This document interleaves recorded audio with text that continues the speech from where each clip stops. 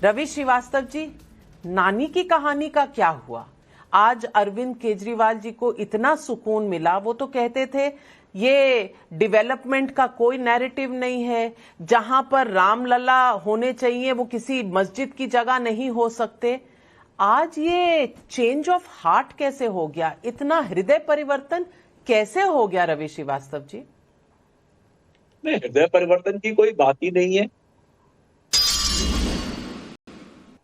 कोई राजनीतिक यात्रा पे तो गए नहीं थे, वो तो अपनी व्यक्तिगत यात्रा पे गए थे, अपने परिवार को लेकर के, अपने साथी मुख्यमंत्री के परिवार को लेकर के। वहां पे जाके उन्होंने भगवान के दर्शन किए और वहां पर उन्होंने ना जाने से पहले कोई बयान दिया था, ना वहां पर कोई बयान दिया। लौट के आने के बाद दिल्ली में जब पत्रकारों ने पूछा तो उन्होंने बताया कि जब मैं 22 तारीख को मैं नहीं आ सका था क्योंकि वो मेरे लिए व्यक्तिगत निमंत्रण था। ये निमंत्रण ये तो मैंने तभी कहा था कि मैं अपने परिवार के साथ में रामलला के दर्शन करने आऊंगा, तो वो अपने परिवार के साथ वहां पे पहुंच गए।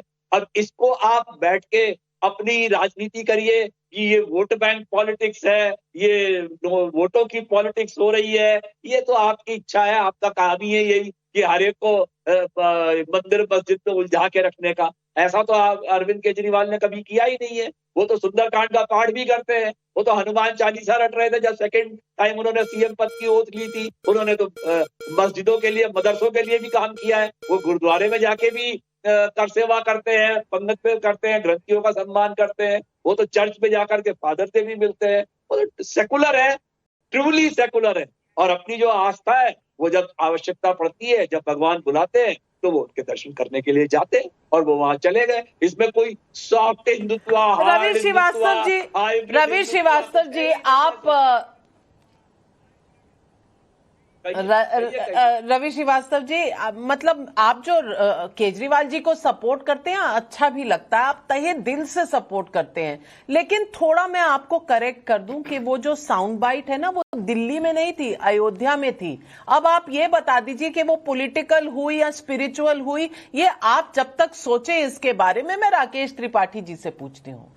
राकेश त्रिपाठी जी, सवाल 22 जनवरी को जाना या 12 फरवरी को जाना नहीं है, ये भी नहीं है सवाल कि आप अपने परिवार के साथ गए या आप अपने एमएलएस के साथ गए, ये भी सवाल नहीं है। सवाल ये है कि आपको तो मुद्दे से ही प्रॉब्लम थी कि जहां एक मस्जिद है, किसी मस्जिद को गिराकर वहां रामलला नहीं जा सकते और वहां पर तो किसी अस्पताल को बनाना चाहिए था। आज वही रामलला के दरबार में गए।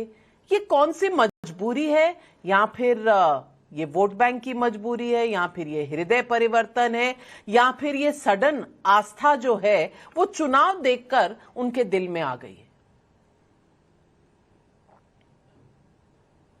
नविका, भारतीय जनता पार्टी ने एक स्लोगन दिया था, नारा दिया था, मेरा देश बदल रहा है, आगे बढ़ रहा है।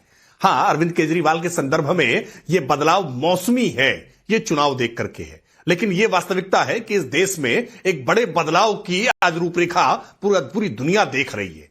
भारत में इस समय आजादी का अमृत काल चल रहा है। उस आजादी के अमृत काल में कैसे सनातन का उत्कर्ष काल है, ये अयोध्या के राम मंदिर से लेकर के अबू धाबी के विशाल मंदिर तक दिखाई पड़ रहा है कि कैसे भारत की आज आध्यात्मिक चेतना जागृत हुई है, भारत का स्वाभिमान उठ करके खड़ा हुआ है। और इसको आज सब समझ रहे हैं। जनमन के इस स्पंदन को जो नहीं समझ पाएगा, उसको जनता की राजनीति करने का कोई अधिकार नहीं होना चाहिए।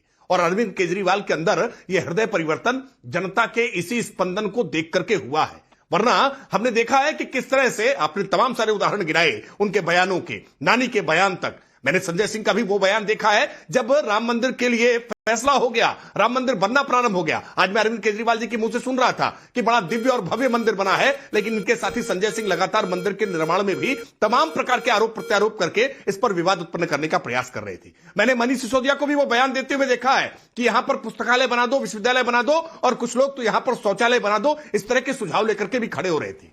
देखिए, सच ये है, ये जो सेकुलरिज्म का एक फर्जी ताना बाना बुना जाता है ना, इस सेकुलरिज्म के ताने बाने ने इस देश को बहुत नुकसान पहुंचाया है। सच यह है कि भारत का स्वभाव सर्वधर्म समभाव का है, सबको साथ लेकर चलने का है। यह धर्मनिरपेक्षता जो ढोंग है ना, आप धर्म के विरुद्ध, आप जैसे भी कह रहे हैं मंदिर मस्जिद में उलझाना, मंदिर मस्जिद उलझाती नहीं है, मंदिर मस्जिद सुलझाने का काम करती है, समाधान देने का काम करती है। वो जो परेशान है, जो पीड़ित है, वो अपने आराध्य की जब शरण में जाते हैं ना, तो उन्हें सुकून मिलता है। इस बात को समझना होगा। मैं मनोज यादव जी आपसे पूछना चाहती हूँ, अब कतर जैसे देश से हमारे 8 वेटरन नेवी वालों को प्रधानमंत्री मोदी ले आए। अबू धाबी में 27 एकड़ का मंदिर बन रहा है, वहां हेलो मोदी का कार्यक्रम हो रहा है, वहां किसी को टेंशन नहीं हो रही। वो मुस्लिम प्रधान देश हैं पूरे मिडिल ईस्ट में, वहां किसी को मंदिर बनने की टेंशन नहीं है। मंदिर बनने की टेंशन यहां हो गई है। इस देश में जो हिंदू धर्म का जो घर है वहां टेंशन हो गई है। राहुल गांधी को टेंशन हो गई है, अखिलेश यादव जी को टेंशन हो गई है। अखिलेश यादव जी ने कहा जाएंगे अयोध्या पर तब जाएंगे जब बुलावा आएगा। अब राम जी के दिल से इतने दूर हो गए हैं अखिलेश जी के, बुलावा ही नहीं आ रहा, या फिर कहीं वोट बैंक का डर है? सवाल आज पब्लिक यही पूछ रही है।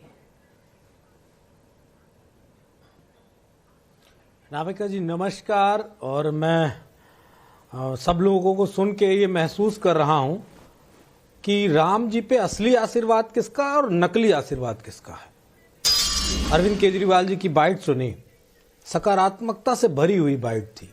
उनको सुकून मिला, अच्छा लगा, आनंदित हुए, परिवार के साथ गए, बड़ी अच्छी बात उन्होंने कही। लेकिन नाविका जी, कुछ लोग कल गए थे मंदिर का दर्शन करने, वही मंदिर परिसर में खड़े होके विपक्ष की राजनीतिक दल को कोस रहे थे, यानी कि राम जी का उनको आशीर्वाद 1% नहीं है।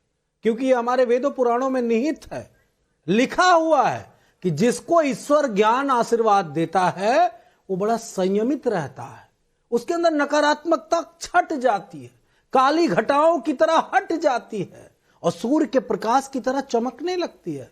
लेकिन चाहे टीवी डिबेट में हो बीजेपी का व्यक्ति, चाहे भगवान राम के प्रांगण के मंदिर में हो बीजेपी के नेता, और चाहे कोई माइक पे देश का प्रधानमंत्री से लेके सदन में उत्तर प्रदेश में मुख्यमंत्री हो, सब नकारात्मकता से भरे। यानी कि भगवान राम ने इनको श्राप दिया है, आशीर्वाद नहीं दिया कि तुम कर तो रहे हो मेरा काम, लेकिन मेरा इस्तेमाल भी कर रहे हो, और जब इस्तेमाल करोगे तो मैं तुम्हारा मति भ्रष्ट कर दूंगा। और जो बात आपने कही कि विदेशों में मोदी जी ने बचा लिया, मैं धन्यवाद दूंगा मोदी जी को, और कहिए तो कोई अवार्ड भी घोषित करा दूं जनता की तरफ से, वो भी हो जाएगा। लेकिन मुझे याद आ रहा है मोदी तो नहीं आए, और वो पाकिस्तान में बैठा दाऊद इब्राहिम तो नहीं आया, और वो तमाम सारे विजय माल्यास तो नहीं आए जो देश का लाखों करोड़ रुपए लेके नाविका जी गायब फुर्र हो गए।